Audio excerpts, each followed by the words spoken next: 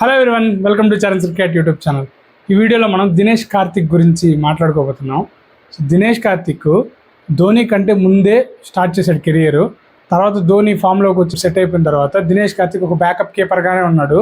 కానీ ఎప్పుడు కూడా దినేష్ కార్తిక్ ధోనినే కాదు, ఏ ప్లేయర్ని కూడా ధోని వల్ల నాకు ఛాన్సులు రాలేదు, సో ఇంకొక ప్లేయర్ నాకు ఛాన్స్ లేదు, సెలెక్టర్స్ నాకు ఛాన్స్ ఇవ్వలేదు అని ఎక్కడ కూడా అనలేదు. దినేష్ కార్తిక్ ఒక నిరాశ ట్రోఫీలో ఒక హీరోగా, ఒక ఆర్సీబీకి ఒక ఫినిషర్గా, కోల్కతాకు ఒక కెప్టెన్గా మనకి ఎప్పుడు తెలుసు. కానీ అంటే నాకైతే ఒక మంచి వ్యక్తిగా అయితే కనిపించాడు దినేష్ కార్తిక్. ఎందుకంటే ఎప్పుడు కూడా ఎవరిని కూడా ప్లేస్ రాలేదని, నా వల్ల ఒకరి వల్ల నా కెరీర్ పోయిందని కానీ ఎప్పుడు కూడా దినేష్ కార్తిక్ని చూడలేదు.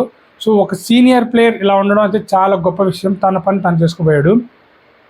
ఏజ్ వచ్చినా కూడా కంబ్యాక్ ఇచ్చి మళ్ళీ టీమిండియాలోకి వచ్చాడు ధోని రిటైర్మెంట్ తర్వాత కూడా. సో తన కంబ్యాక్ అయితే అద్భుతం. కేకేఆర్లో అయితే తన కెప్టెన్సీ చేస్తున్నప్పుడు 2021లో కోవిడ్ వచ్చేసి హాఫ్ సీజన్ ఆగిపోయింది. తర్వాత సెకండ్ హాఫ్ సీజన్లో తనే మోర్గాన్కి కెప్టెన్సీ ఇచ్చి మరి ఒక ప్లేయర్కి కంటిన్యూ అయ్యాడు. ఏ ప్లేయర్ కూడా అట్లా చేయలేడు.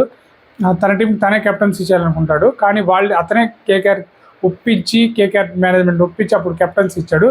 ఆ సీజన్లో 2021లో ఫైనల్లో కేకేఆర్ సిఎస్కేతో ఓడిపోయింది, ఫైనల్ దాకా వెళ్ళింది. సో దినేష్ కార్తిక్ అంత మంచి వ్యక్తిగా తెలుసు. ఇంకా మురళీ విజయ్ దినేష్ కార్తిక్ స్టోరీ అయితే అందరికీ తెలుసు, అది మనం చెప్పుకోవడం కూడా అనవసరం ఇప్పుడు. ఇంకా దినేష్ కార్తిక్ తన కెరీర్ స్టార్టింగ్లో ఒక pure opener batsmen, opener come keeper. టెస్ట్లో కానివ్వండి, వన్డేలో కానివ్వండి ఓపెనర్. తర్వాత తర్వాత ఓపెనర్లు వేరే ఓపెనర్లు రావడంతో తను మిడిల్ ఆర్డర్ ఆడాడు. తర్వాత మళ్ళీ కొన్ని రోజులకి ఫినిషర్ రోల్. ఏ రోల్ ఇచ్చినా కూడా తన న్యాయాన్ని తను చేశాడు.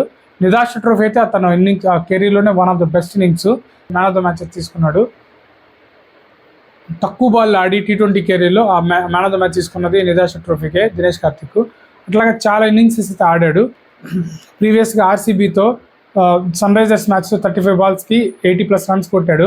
సో దానివల్ల కూడా ఆర్సీబీకి కొంచెం నెట్ రన్ రేట్ అన్నీ కలిసి వచ్చాయి. ప్రతిదీ తనైతే కామెంటరీ అయితే చాలా బాగా చెప్తున్నాడు. రీసెంట్ టైమ్స్లో టెస్ట్ సిరీస్లో కానీ వాటిలో బాగా కామెంటరీ చెప్తున్నాడు. బట్ ఇంకొక సీజన్ ఆడాలి అనుకొని ఆడాడు. సీజన్ అంతా అయిపోయింది, తను హ్యాపీగా రిటైర్మెంట్ ఇచ్చాడు.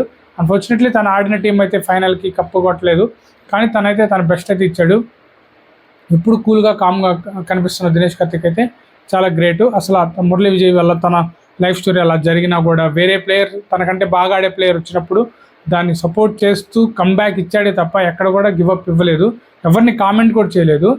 దినేష్ కార్తిక్ ఒక ఇంటర్వ్యూలో అయితే చెప్పాడు, ధోని వల్ల మీకు ఏమైనా ఛాన్సెస్ తగ్గా అంటే లేదు, ధోని నాకంటే బెస్ట్ ప్లేయరు, క్యాపబిలిటీస్ ఉన్న ప్లేయరు. ధోనికి ఎప్పుడైనా ఇంజురీ అయితే నేను ఆ బ్యాండేజ్ కిట్ లాగా నేను టీంకి సర్వ్ చేస్తానే తప్ప ఎటువంటి కంపారిజన్ అయితే ధోనితో నన్ను చేయొద్దని కూడా తనే ఒప్పుకున్నాడు. ఒక ప్లేయర్ని అలా అడిగినప్పుడు ఎవరైనా కొంచెం నెగిటివ్గా రియాక్ట్ అవుతారు. బట్ దినేష్ కార్తిక్ అట్లా రియాక్ట్ అవ్వలేదు, చాలా పాజిటివ్గా రియాక్ట్ అయ్యాడు. Thank you DK, thank you for all memories, నువ్వు ఎప్పుడు మాకు గుర్తుండిపోతావు. దినేష్ కార్తిక్ ఆడిన బెస్ట్ ఇన్నింగ్స్ ఏదో, మీకు నచ్చిన ఇన్నింగ్స్ ఏదో కామెంట్ చేయండి.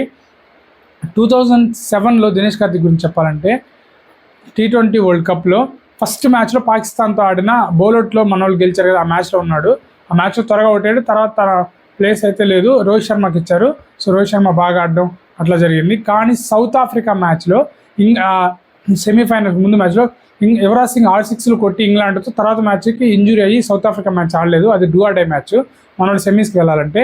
ఆ మ్యాచ్లో ఆర్పీ సింగ్ బౌలింగ్లో స్లిప్లో ఒక సూపర్ క్యాచ్ పెట్టాడు.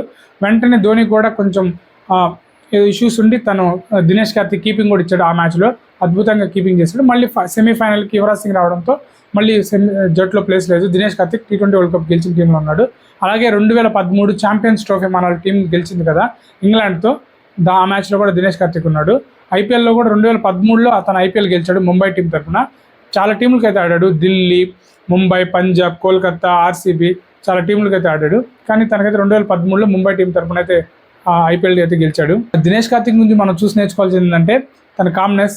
తను ఏ రోల్ ఇచ్చినా తీసుకున్నాడు, ఏ ప్లేస్ ఇచ్చినా తీసుకున్నాడు, అవకాశాల కోసం ఎదురు చూశాడు, తను కష్టపడ్డాడు.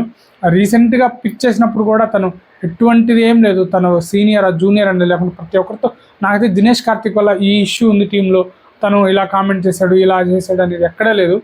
సో తనైతే చాలా మంచి వ్యక్తిగా అయితే నేనైతే చూశాను. ఒక Tamil Nadu player, but CSK card ఉంటే బాగుండు అని దినేష్ కార్తిక్ రీసెంట్గా ఒక ఇంటర్వ్యూలో చెప్పాడు. 2013లో కూడా ముంబై తర్వాత సీజన్ నన్ను రిటైన్ చేసుకోలేదు, నాకు కొంచెం బాధేస్తుంది అన్నాడు. మేబీ సిఎస్కే ఇంకా వేరే కీపర్ ధోని ఉన్నాడు, వేరే కీపర్లు ఉండడం వల్ల తీసుకోకపోయిండొచ్చు. But happy retirement DK. ఇలాంటి గొప్ప వ్యక్తి అయితే క్రికెట్లో చాలా తక్కువ మంది ఉంటారు, వాళ్ళలో నువ్వు ఒకటివి. ఇదైతే డీకే ఫ్యాన్స్ కానీ మన క్రికెట్ ఫ్యాన్స్ కానీ అయితే ఈ డీకేకి అయితే సపోర్ట్ చేద్దాం. So please comment happy retirement for DK. So ఇలాంటి మరిన్ని వీడియోస్ కోసం subscribe to chance cricket YouTube channel. మరొక వీడియోతో కలుద్దాం. ఉంటాను. బై. థ్యాంక్స్.